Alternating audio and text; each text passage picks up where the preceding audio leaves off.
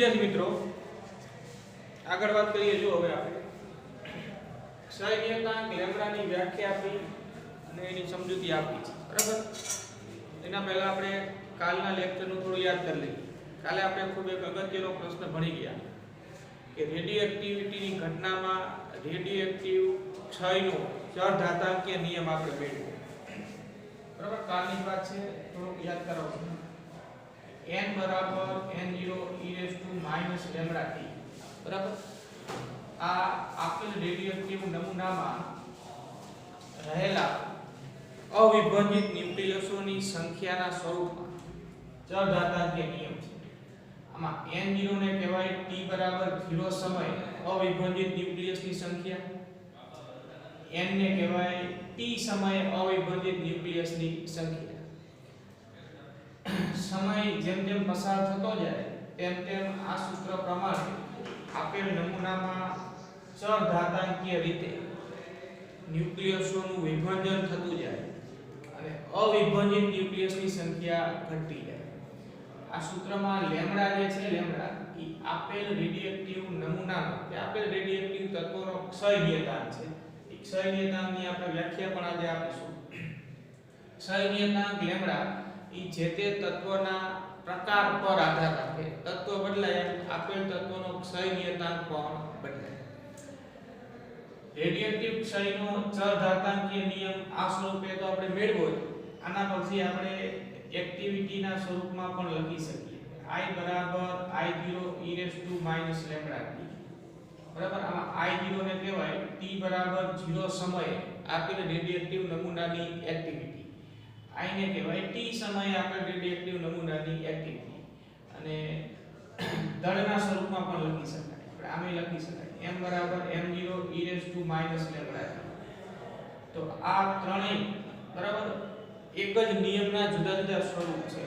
Radioactive ક્ષયનો ચળધાતાંકીય નિયમો છે।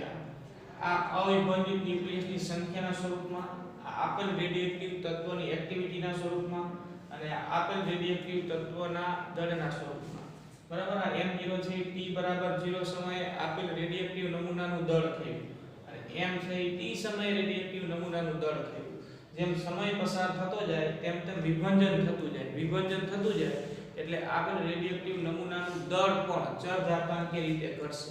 એટલે દળે ચળધાતાંકીય રીતે ઘટે, આપેલ રેડિયોએક્ટિવ નમૂનાની એક્ટિવિટી પણ ચળધાતાંકીય રીતે ઘટે અને આપેલ રેડિયોએક્ટિવ નમૂનામાં અવિભાજિત ન્યુક્લિયસોની સંખ્યા પણ ચળધાતાંકીય રીતે ઘટે।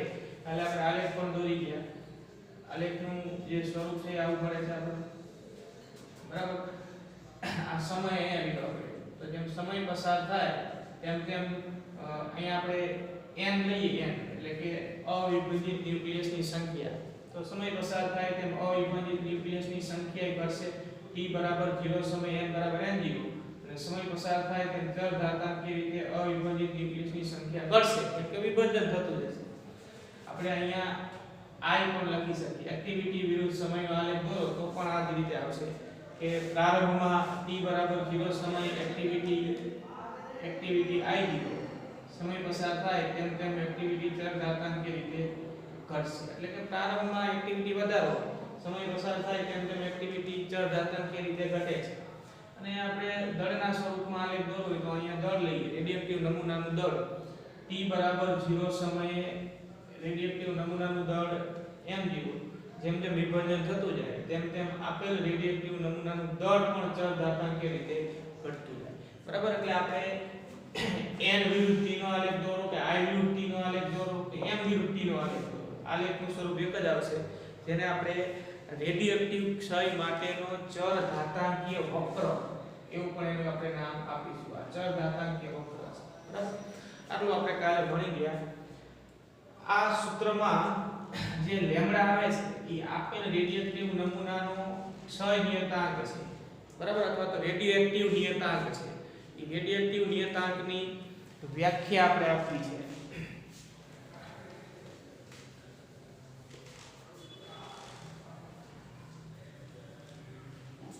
બરાબર, જો આપણી પાસે સૂત્ર છે આપણે કે dN/dt બરાબર -λn બરાબર। આ સૂત્રમાં આ dn શું છે, જ્યાં dn એ dt સમયગાળામાં વિભાજન પામતા ન્યુક્લિયસની સંખ્યા છે. સમયગાળામાં વિભાજન પામતા ન્યુક્લિયસોની સંખ્યા છે. બરાબર, આપેલ નમૂના n શું છે, n તો કે n છે એ t સમયે આપેલ નમૂનામાં અવિભાજિત ન્યુક્લિયસની સંખ્યા છે. n એ t સમયે આપેલ નમૂનામાં અવિભાજિત ન્યુક્લિયસની સંખ્યા છે. અવિભાજિત એટલે કે જેનું હજી વિભાજન થયું નથી, બચેલા ન્યુક્લિયસની સંખ્યા અથવા તો જેનું વિભાજન થવાનું હજી બાકી છે એવા અવિભાજિત ન્યુક્લિયસોની સંખ્યા છે.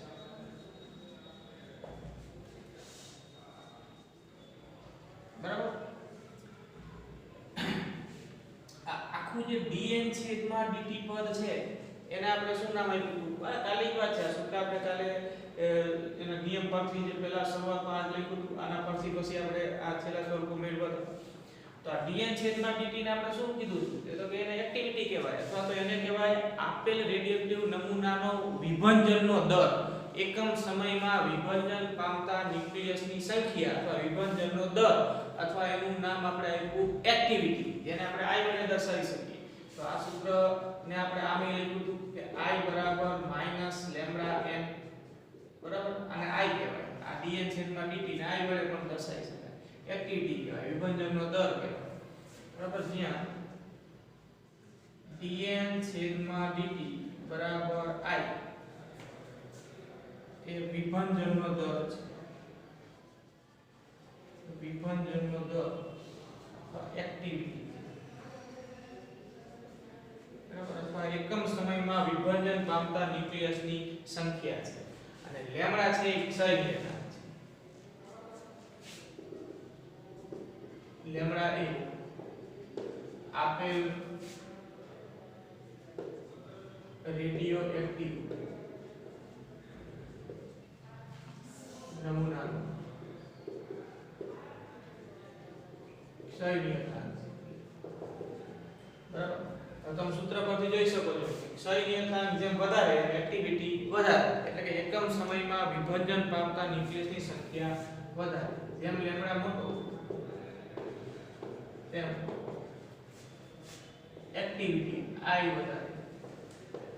લેમ્ડા જેમ મોટો તેમ i વધારે.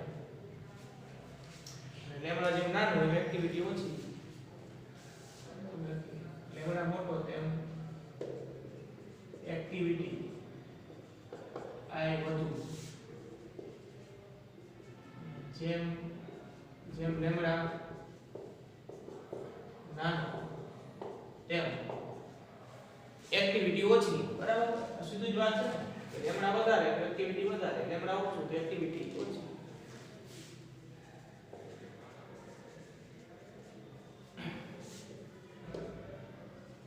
બરાબર, એક્ટિવિટીનો અર્થ બીજો કંઈ નથી. એક્ટિવિટી એટલે આપેલ નમૂનામાં એકમ સમયમાં વિભાજન પામતા ન્યુક્લિયસની સંખ્યા જે તે ક્ષણે. બરાબર, એક્ટિવિટી.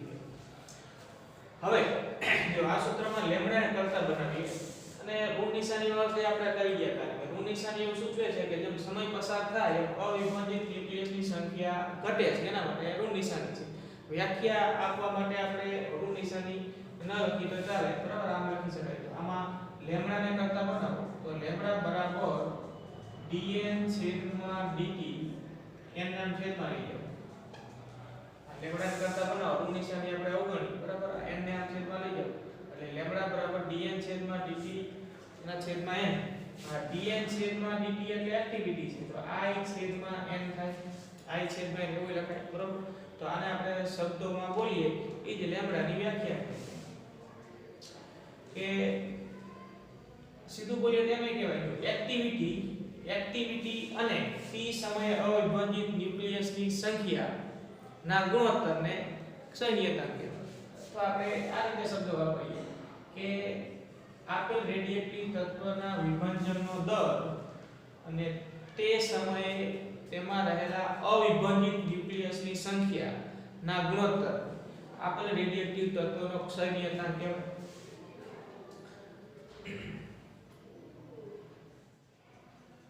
આપેલ રેડિયોએક્ટિવ તત્વના વિભાજનનો દર, આ ઉપરનું પદ છે એક્ટિવિટી અથવા એને આપણે કહીશું વિભાજનનો દર, વિભાજનનો દર અને તે ક્ષણે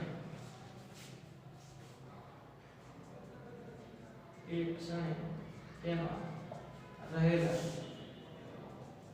અવિભાજિત ન્યુક્લિયસની સંખ્યા, અવિભાજિત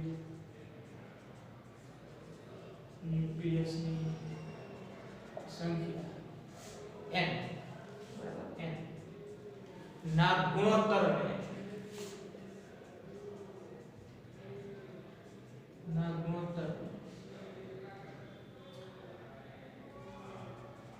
આપેલ તત્વનો ક્ષય નિયતાંક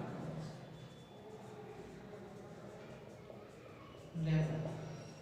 બરાબર. તો લેમ્ડાની વ્યાખ્યા જે આપણને દેખાય છે એ શબ્દમાં લખવાનું છે કે આપેલ રેડિયેટિવ તત્વના વિભાજનનો દર અને તે સમય તેમાં રહેલા અવિભાજિત ન્યુક્લિયસની સંખ્યા n ના ગુણોત્તરને આપેલ રેડિયેટિવ તત્વનો ક્ષય નિયતાંક કહેવાય. બરાબર. તો આ રીતે આપણે વ્યાખ્યા આપી શકીએ અને ગાણિતિક રીતે આપણે એક વ્યાખ્યા અલગ પણ આપી શકીશું. બરાબર. જો એ લખીએ આપણે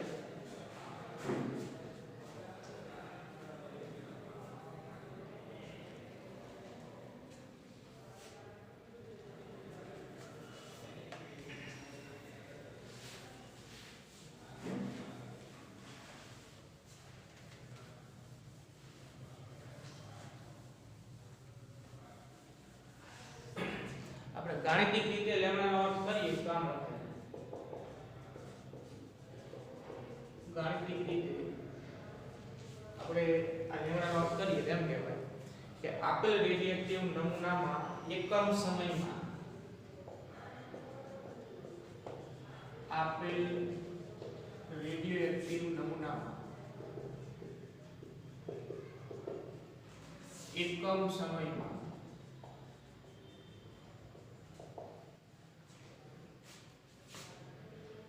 થતા વિભાજનની સંભાવના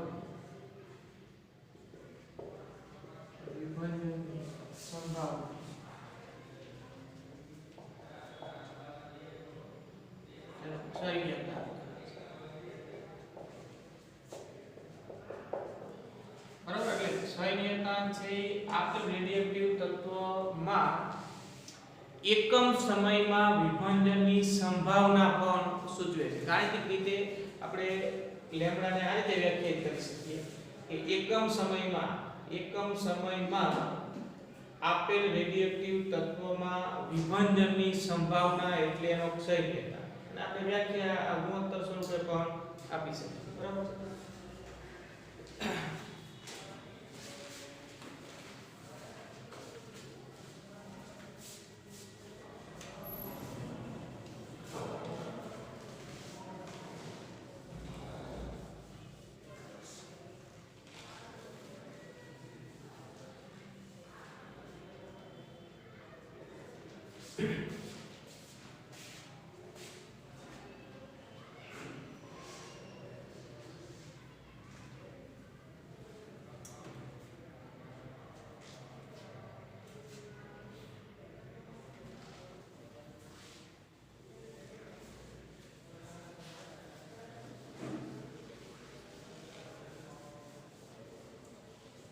જો હવે રેડિયોએક્ટિવિટી ના જુદા જુદા એકમોની વાત કરીએ. બરાબર. રેડિયોએક્ટિવિટી કોઈ પણ રેડિયોએક્ટિવ નમૂનાની રેડિયોએક્ટિવિટી કેટલી માપવી હોય તેના માટે ચોક્કસ એકમની જરૂર પડશે.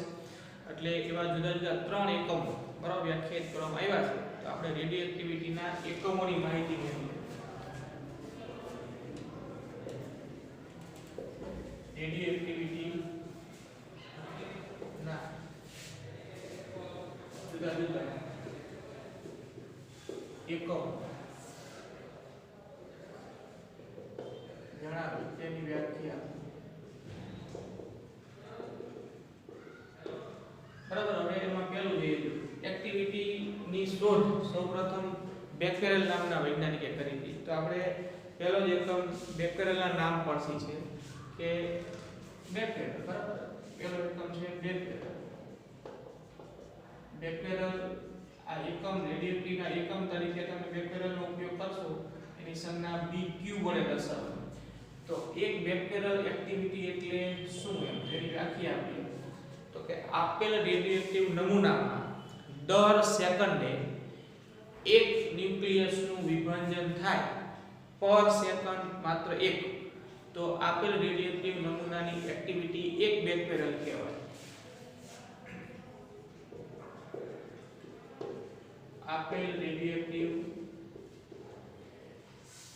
નમૂનામાં દર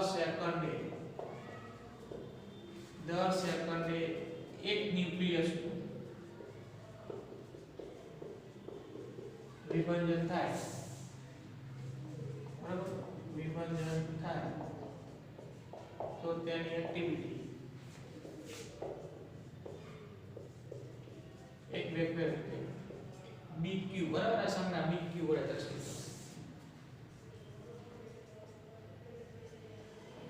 એટલે કે એક બેક્ટેરિયલ બરાબર એક વિભાજન પર સેકન્ડ. દર સેકન્ડે એક ન્યુક્લિયસનું વિભાજન. એટલે એક બેક્ટેરિયલ એક્ટિવિટી નો અર્થ થાય એક બેક્ટેરિયલ બરાબર એક વિભાજન પર સેકન્ડ. બરાબર.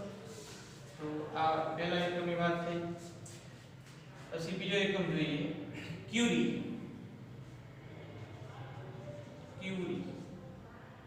ક્યુરી માટે સંજ્ઞા છે CI.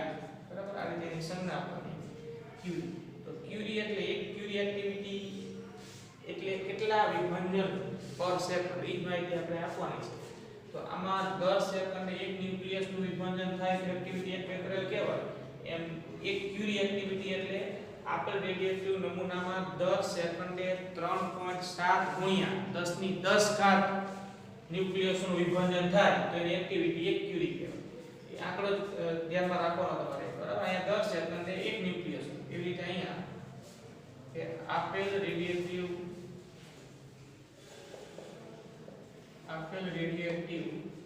નમૂનામાં દર સેકન્ડે એટલે કે એક સેકન્ડમાં કે દર સેકન્ડે 3.7 ગુણ્યા 10 ની 10 ઘાત ન્યુક્લિયસોનું વિભાજન થાય. બરાબર. વિભાજન થાય તો તેની એક્ટિવિટી એક ક્યુરી કહેવાય. બરાબર. એક ક્યુરી CI સંજ્ઞા છે એક ક્યુરી. કેટલા વિભાજન દર સેકન્ડે તો કે 3.7 ગુણ્યા 10 ની 10 ઘાત ન્યુક્લિયસનું વિભાજન દર સેકન્ડે. એટલે કે દરેક એક સેકન્ડમાં આટલા ન્યુક્લિયસોનું વિભાજન થાય તો એની એક્ટિવિટી એક ક્યુરી કહેવાય. બરાબર. તો આપણે અહીં લખ્યું કે એક બેક્ટેરિયલ બરાબર એક વિભાજન પર સેકન્ડ. એમ એક ક્યુરી બરાબર એક ક્યુરી બરાબર 3.7 ગુણ્યા 10 ની 10 ઘાત વિભાજન પર સેકન્ડ. બરાબર. આ સંબંધ તમે જોઈ શકો છો બેક્ટેરિયલ કરતા ક્યુરી ખૂબ જ મોટો એકમ થયો. આમાં 10 સેકન્ડે માત્ર એકનું વિભાજન. આમાં 10 સેકન્ડે 3.7 ગુણ્યા 10 ની 10 ઘાત ન્યુક્લિયસનું વિભાજન થાય. હવે ક્યુરી ખૂબ મોટો એકમ છે. ક્યુરીના ક્રમના બીજા નાના એકમો આપણે જોઈએ તો એક મિલી ક્યુરી બરાબર થાય 10 ની -3 ઘાત ક્યુરી. બરાબર. એક મિલી ક્યુરી બરાબર 10 ની -3 ઘાત ક્યુરી. અથવા ઉલટું લખો તો એક ક્યુરી બરાબર 10 ની 3 ઘાત મિલી ક્યુરી. તો એક મિલી ક્યુરી બરાબર 10 ની -3 ઘાત ક્યુરી. તો હવે એક ક્યુરી એટલે 3.7 ગુણ્યા 10 ની 10 ઘાત વિભાજન પર સેકન્ડ. તો આપણે આ મિલી ક્યુરી એક મિલી ક્યુરી એટલે કેટલા વિભાજન પર સેકન્ડ ની મેળવવું તો આ રીતે મળી જાય. આ 10 ની -3 ઘાત એમ થાય. ક્યુરી એક ક્યુરી એટલે કે આટલા 3.7 ગુણ્યા 10 ની 10 ઘાત તો 1 મિલી ક્યુરી બરાબર 3.7 ગુણ્યા 10 ની 7 ઘાત વિભંજન પર સેકન્ડ થાય. સમજાવવા ને બરાબર 1 ક્યુરી એટલે આટલા વિભંજન પર સેકન્ડ. હવે 1 મિલી ક્યુરી એટલે 10 ની -3 ઘાત ક્યુરી. તો 10 ની -3 ઘાત ગુણ્યા આ ક્યુરી ને વિભંજન પર સેકન્ડ માં લખો તો 10 ની -3 ઘાત ગુણ્યા 3.7 ગુણ્યા 10 ની 10 ઘાત વિભંજન પર સેકન્ડ. એટલે કે 3.7 ગુણ્યા 10 ની 7 ઘાત વિભંજન પર સેકન્ડ. એટલે 1 મિલી ક્યુરી ના વિભંજન પર સેકન્ડ માં લખો તો આટલો આંકડો આવે. બરાબર એ જ રીતે જો એના કરતા એક નાનો એકમ છે એક માઇક્રો ક્યુરી. 1 માઇક્રો ક્યુરી બરાબર 10 ની -6 ઘાત ક્યુરી બરાબર આપણે લખી શકીએ કે 10 ની -6 ઘાત ગુણ્યા 3.7 ગુણ્યા 10 ની 10 ઘાત વિભંજન પર સેકન્ડ. એટલે કે 1 માઇક્રો ક્યુરી બરાબર 3.7 ગુણ્યા 10 ની 4 ઘાત વિભંજન પર સેકન્ડ. વિભંજન પર સેકન્ડ આવું લખાય. હવે આપણે બેક્ટેરિયલ અને ક્યુરી નો સંબંધ અહીંયા લખવો છે. જો હવે આપણે એ લખી શકીએ એક બેક્ટેરિયલ એટલે એક વિભંજન પર સેકન્ડ અને એક ક્યુરી એટલે 3.7 ગુણ્યા 10 ની 10 ઘાત વિભંજન પર સેકન્ડ. તો એક ક્યુરી એટલે કેટલા બેક્ટેરિયલ? તો આ બે પરિણામ પરથી આપણે લખી શકીએ કે એક ક્યુરી બરાબર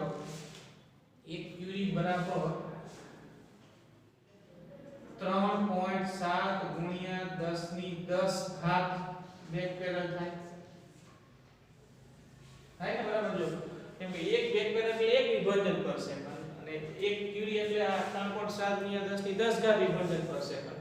તો એક ક્યુરી બરાબર 3.7 ગુણ્યા 10 ની 10 ઘાત એક વિભંજન પર સેકન્ડ એટલે એક બેક્ટેરિયલ લખાય.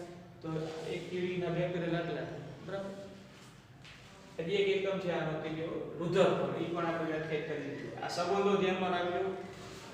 આ જે આંકડાઓ છે એ ખાસ ધ્યાનમાં રાખજો. બરાબર આ તમારે યાદ રાખવા પડે કે આ એક્ટિવિટી આટલા ક્યુરી છે ક્યુરી તો એના કેટલા વિભંજન પર સેકન્ડ થાય એટલે કે દર સેકન્ડે કેટલાનું વિભંજન થાય. આ આંકડો મેઈન ધ્યાનમાં રાખો પછી આ સંબંધ તમે મેળવી શકો. બરાબર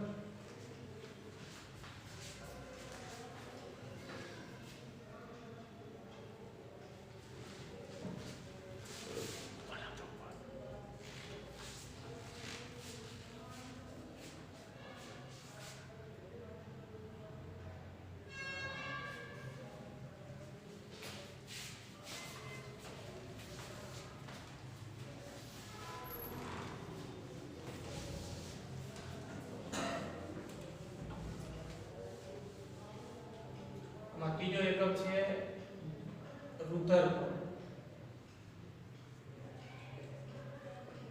બરાબર આ ડી વડે દર્શાવાય. રુધ્રફળ માટે સંજ્ઞા વાપરશું આપણે RT. તો હવે એક રુધ્રફળ એટલે કેટલા વિભંજન પર સેકન્ડ એ આપણે ધ્યાનમાં રાખવાનું. બરાબર આપેલ રેડિયેટિવ નમૂનામાં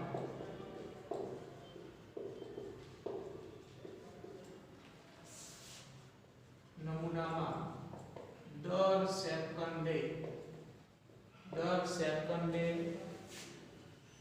10 લાખ એટલે 10 ની 6 ઘાત થાય. 10 લાખ એટલે કે 10 ની 6 ઘાત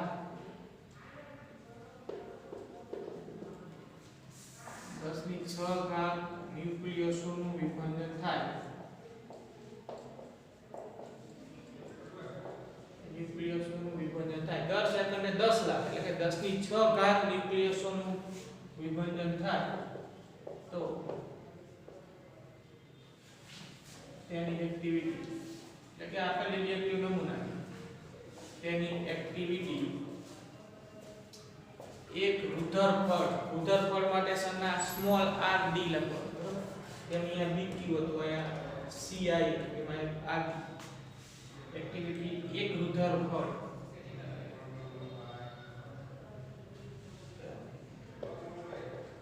બરાબર. તો એક રુધ્રફળ બરાબર 10 ની 6 ઘાત એક રુધ્રફળ બરાબર 10 ની 6 ઘાત વિભંજન પર સેકન્ડ. વિભંજન પર સેકન્ડ તો આપણે આમે લખી શકીએ કે એક રુધ્રફળ બરાબર 10 ની 6 ઘાત બેક્ટેરિયલ એમ કે એક બેક્ટેરિયલ તો એક વિભાજન પર સેકન્ડ, બરાબર? એટલે આ સંબંધ ધ્યાનમાં રાખજો.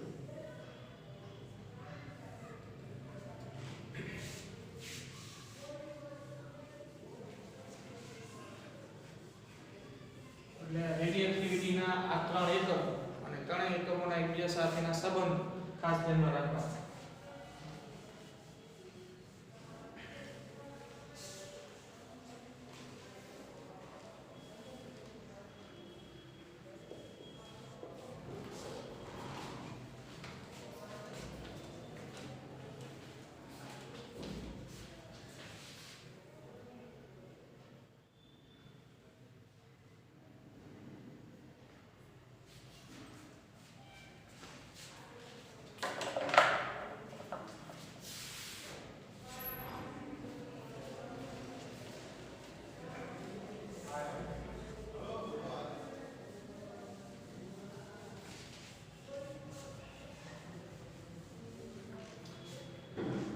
જો હવે રેડિયેટિવ વિભાજન દરમિયાન આપણે જાણીએ છીએ કે જેમ જેમ સમય પસાર થાય તેમ તેમ વિભાજન થતું જાય.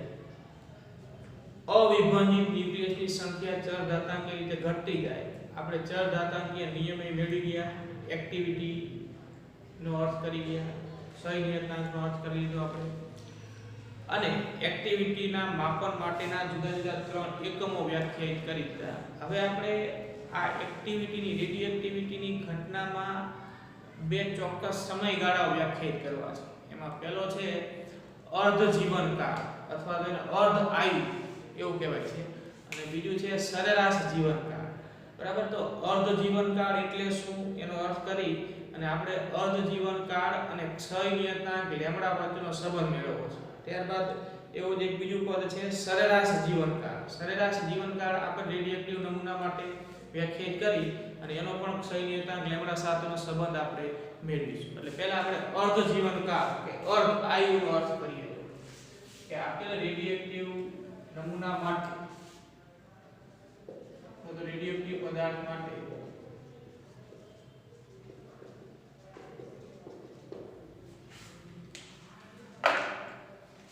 અર્ધ જીવનકાળ વ્યાખ્યાયિત કરો.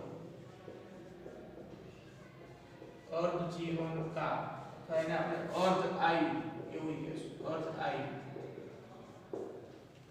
બરાબર? ટી હાફ એની સંજ્ઞા છે ટી હાફ.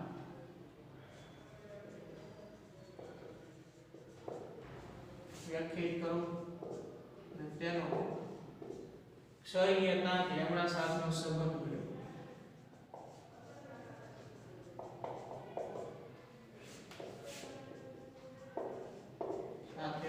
સંબંધ મેળવો. બરાબર? સિમ્પલ વાત છે. જો અહીં ધ્યાન આપો. અર્ધ જીવનકાળ એટલે નામ પરથી તમે સમજી શકો એમ છો. તો બરાબર, અર્ધ જીવનકાળ એટલે શું? તો કે આપેલ રેડિયેટિવ નમૂનો છે, તમે કોઈ ક્ષણે આપેલ રેડિયેટિવ નમૂનાનું અવલોકન કર્યું, તો જે ક્ષણે તમે અવલોકન કરો છો એ પ્રારંભિક ક્ષણ છે. એ પ્રારંભમાં આપેલ નમૂનામાં જેટલા ન્યુક્લિયસો છે ઈ સંખ્યા જેટલા સમયગાળા પછી અડધી થઈ જાય ઈ સમયગાળાને આપેલ રેડિયેટિવ નમૂનાનો અર્ધ આયુ કહેવાય. જેમ કે આપેલ નમૂનામાં બરાબર સમજવા માટે ખાલી આપણે જોઈએ કે આપેલ નમૂનામાં ધારો કે પ્રારંભમાં એટલે કે t બરાબર 0 સમયે 100 અવિભાજિત ન્યુક્લિયસ છે. તો સમજવા માટે વાત છે ખાલી. તો 100 અવિભાજિત ન્યુક્લિયસો છે. હવે ધારો કે સમય પસાર t બરાબર 0 ક્ષણે આટલા હતા, હવે સમય પસાર થતો જાય છે અને t બરાબર 1 કલાક બાદ 1 અવર પછી આ સંખ્યા 100 માંથી ઘટીને 50 થઈ ગઈ. એટલે કે હતી એના કરતા અડધી થઈ ગઈ. પ્રારંભમાં 100 હતી અને 1 કલાક પછી સંખ્યા 100 માંથી ઘટીને કેટલી થઈ ગઈ? 50.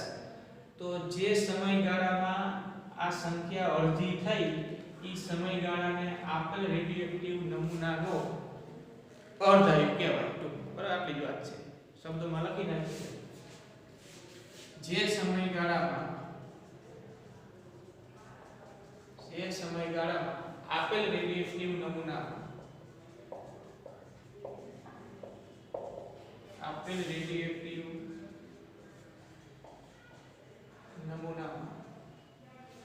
અવિભાજિત ન્યુક્લિયસની સંખ્યા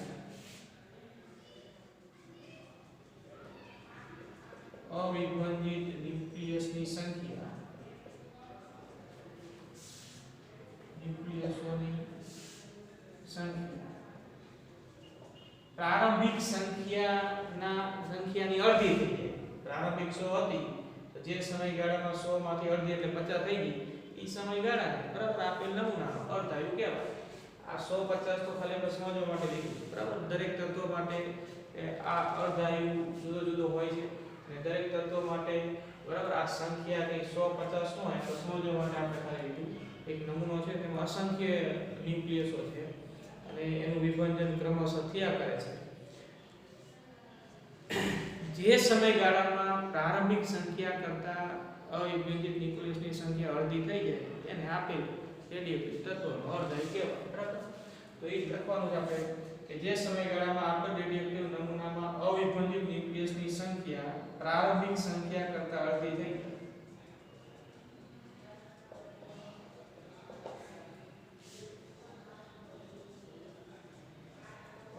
જાય તે સમયગાળાને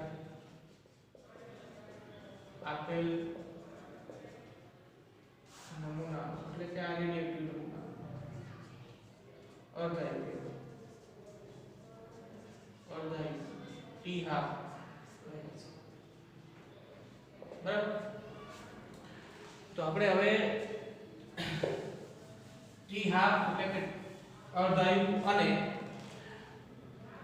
ક્ષયનિયતાંક લેમ્બડા વચ્ચેનો સંબંધ મેળવવો છે બરાબર. આ આપણે વ્યાખ્યા આપી. હવે આપણી પાસે ચરઘાતાંકીય નિયમ છે એનો ઉપયોગ આપણે કરીશું બરાબર. કે જો સમયગાળો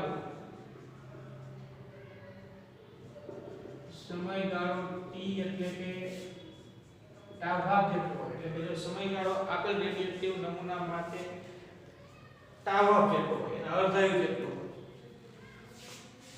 તો અવિભાજિત ન્યુક્લિયસની સંખ્યા અવિભાજિત ન્યુક્લિયસોની સંખ્યા n આપણે એમ નામ આપે છે t સમય અવિભાજિત ન્યુક્લિયસની સંખ્યા t બરાબર ટાઉ તો t સમય અવિભાજિત ન્યુક્લિયસની સંખ્યા n કેટલી તો કે પ્રારંભમાં હતી એના કરતા અડધી બરાબર. એનો અર્થ અર્ધાયુ થાય એટલે કે સમયગાળો જો અર્ધાયુ જેટલો તો અવિભાજિત ન્યુક્લિયસની સંખ્યા પ્રારંભિક સંખ્યા n0 કરતા અડધી એટલે n બરાબર n02 બરાબર. તો હવે આપણી પાસે ચરઘાતાંકીય નિયમ છે. ચરઘાતાંકીય નિયમ n બરાબર n0 e raise to minus lambda t બરાબર. હવે આ મૂળ નિયમ છે એમાં જો t બરાબર ટાઉ કે t એટલે કે અર્ધાયુ જેટલો સમયગાળો તો પછી n બરાબર શું તો n02 બરાબર. તો આપણે આમાં t ની જગ્યાએ t હાફ એટલે અર્ધાયુ મૂકીએ તો n ની જગ્યાએ n02 મૂકવું પડે પછી આ હકીકતમાં લાગુ કરો તો n ની જગ્યાએ લખીએ આપણે n02 આ n0 ને એમના એમ e raise to minus lambda અને t ની જગ્યાએ t હાફ અર્ધાયુ બરાબર. હવે જો n0 કેન્સલ થઈ જાય તો એ બાજુ આ બાજુ 1/2 અને આ બાજુ e raise to minus lambda t half હોય. હવે આને વ્યસ્ત કરી નાખો તો 1/2 નો વ્યસ્ત 2 થઈ જાય અને આનો વ્યસ્ત કરો એટલે નિશાન નીકળી જાય e raise to lambda t half આવું લખાય બરાબર. હવે બંને બાજુ e બેઝ લો કહેવાનો હતો. બંને બાજુ e બેઝ લો લેતા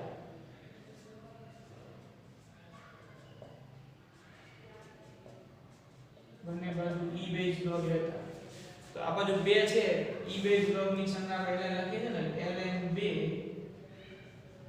બરાબર જો આ log લો તમે એટલે જે ઘાત હોય એ આમ ક્યાં આવી જાય આગળ એટલે આ e ની ઘાતમાં લેમ્બડા t હાફ છે એને આગળ મૂકી દઈએ એટલે lambda t half e base log e તો e નો e બેઝ log 1 થાય બરાબર.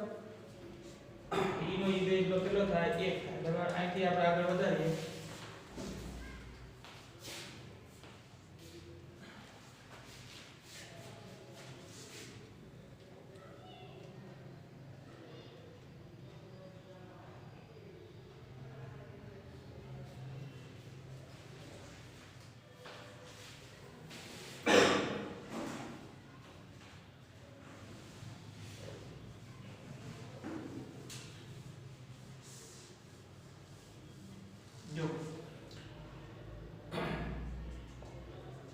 e બેઝ log 2 બરાબર લેમ્બડા t હાફ અને e બેઝ log e આનો જવાબ કેટલો થાય 1 e નો e બેઝ log 1 એટલે આ બરાબર એટલે એક તો કે લખવાની જરૂર નહીં આ બાજુ e બેઝ log 2 છે e બેઝ log ને આપણે 10 બેઝ log માં ફેરવો હોય તો એ સંબંધ છે એ સંબંધ તમે આગળ મેળા પણ હશો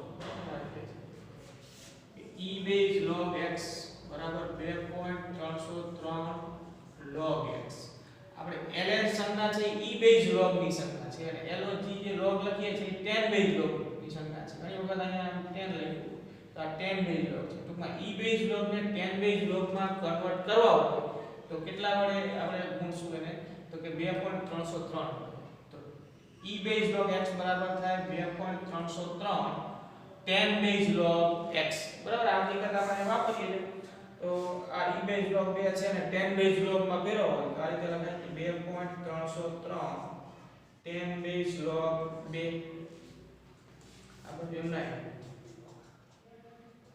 હવે 2 નો log જો બરાબર આપણે જે લોગેરિધમ નું ટેબલ છે એ log જ જોવાનો તો એ log તમને મળશે 0.3010 2 નો log શું થશે 0.3010 બરાબર લેમ્બડા t હાફ એટલે 2.303 ગુણ્યા 0.3010 કરો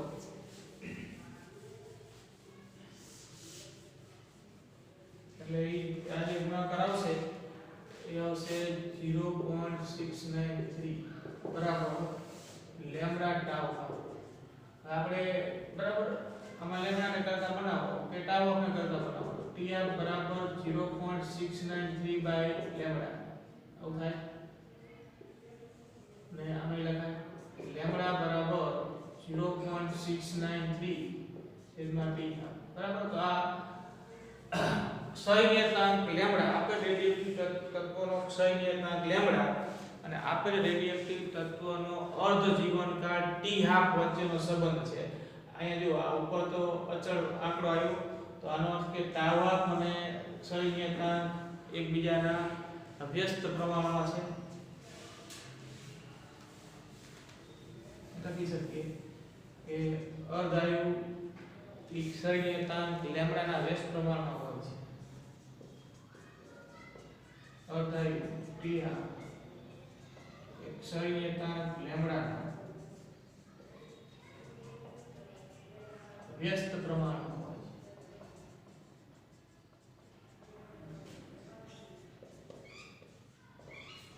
છે બરાબર સૂત્રમાં ક્યાંય n નથી આવતું એનો અર્થ કે જે અર્ધ આયુ છે અર્ધ આયુ ઈ અવિભાજિત ન્યુક્લિયસોની સંખ્યા પર આધારિત નથી અર્ધ આયુ એ આપેલ નમૂનામાં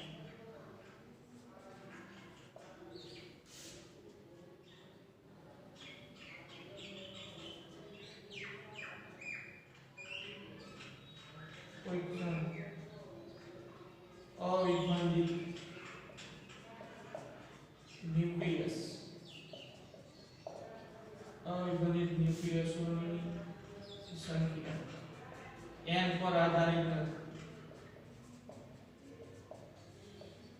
બરાબર તમે એવું ન કહી શકો કે નમૂનો છે પ્રારંભમાં ઘણા બધા ખૂબ જ પુષ્કળ પ્રમાણમાં અવિભાજિત ન્યુક્લિયસો ધરાવે છે એટલે એનો અર્ધાયુ વધારે હશે એમાં ઝડપથી વિભાજન થશે બરાબર એવું કંઈ કહી શકાય નહીં ટૂંકમાં અર્ધાયુનો આધાર ફક્ત આપેલ રેડિયેટિવ તત્વના ક્ષય નિયતાંક લેમ્બડા પર હોય છે ને એ કેવો આધાર છે તો કે વ્યસ્ત પ્રમાણ બરાબર તો હવે તમે આ જે સૂત્ર છે એ સૂત્રનો ઉપયોગ બરાબર ગણતરી માટે હવે આપણે દાખલા ગણીશું એમાં કરીશું ઘણી બધી જગ્યાએ એટલે આ ખાસ ધ્યાન રાખવું હવે આગળની વાત બરાબર હવે આવતીકાલે કરીશું આટલું વ્યવસ્થિત તૈયાર કરી રાખજો અને હવે પછી આપણે સરેરાશ જીવનકાળ વ્યાખ્યાયિત કરીશું અને ત્યારબાદ સરેરાશ જીવનકાળ અને અર્ધ જીવનકાળ વચ્ચેનો સંબંધ પણ આપણે આપીશું અત્યારે ફક્ત આપણે અર્ધ જીવનકાળ અને ક્ષય નિયતાંક લેમ્બડા વચ્ચેનો સંબંધ આ મેળવ્યો છે બરાબર હવે આગળની વાત આવતીકાલે કરીશું